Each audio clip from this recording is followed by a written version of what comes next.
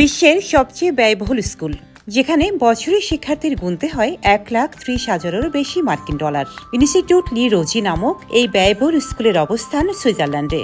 ইউরোপীয় এই দেশে প্রায় 10টি ব্যয়বহুল স্কুল আছে, যেগুলোর বার্ষিক খরচ 75,000 মার্কিন ডলারের বেশি নয়। তবে ইনস্টিটিউট লি রোজিতে পড়তে শিক্ষার্থীকে এর প্রায় দ্বিগুণ অর্থ গুনতে হয়।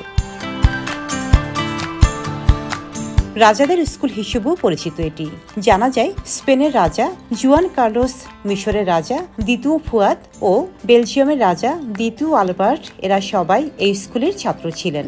1 শতাব্দীরও বেশি সময় ধরে ইউরোপের কিছু সুপরিচিত পরিবারের সন্তানেরা এই স্কুল থেকেই শিক্ষা গ্রহণ করেছেন। এখানে পড়তে প্রতিটি ছাত্রছাত্রীকে বছরে গুনতে হয় 1,30,000 মার্কিন ডলার। 1880 সালে পল কার্নাল ইনস্টিটিউট লি রোজি প্রতিষ্ঠা করেন। এটি একটি বোর্ডিং স্কুল। 2টি ক্যাম্পাস আছে এই স্কুলের। জেনেভা লেকের ধারে লি রোলে একটি বিস্তৃত কমপ্লেক্স, অলিম্পিক আকারের swimming pool, tennis court, shooting range, skiing ব্যবস্থা, একটি অশ্বারোহী কেন্দ্র সহ সব ধরনের সুযোগ সুবিধা আছে সেখানে, যা সবাইকে আকর্ষিত করে।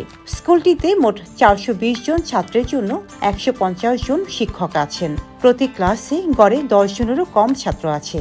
প্রতিটি ছাত্রকেই যেন শিক্ষকেরা গুরুত্ব দিতে পারেন তা নিশ্চিত করা হয় সেখানে। প্রতি বছর এই স্কুলে ভর্তির আবেদনও পড়ে অনেক।